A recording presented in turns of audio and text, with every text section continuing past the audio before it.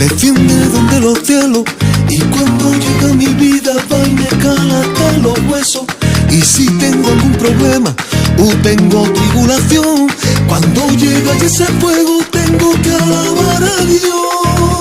Nadie podrá apagar este fuego, nadie podrá apagar este fuego, nadie podrá apagar este fuego, nadie podrá apagar este fuego.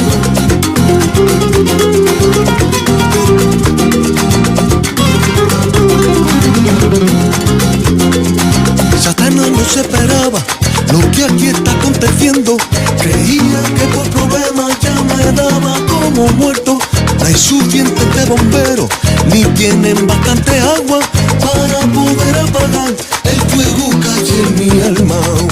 Nadie podrá apagar este fuego, nadie podrá apagar este fuego, nadie podrá apagar este fuego, nadie podrá apagar este fuego.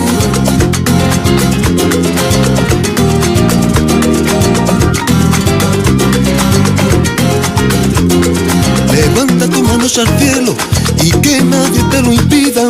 Si aceptas a Jesucristo podrás sentir alegría.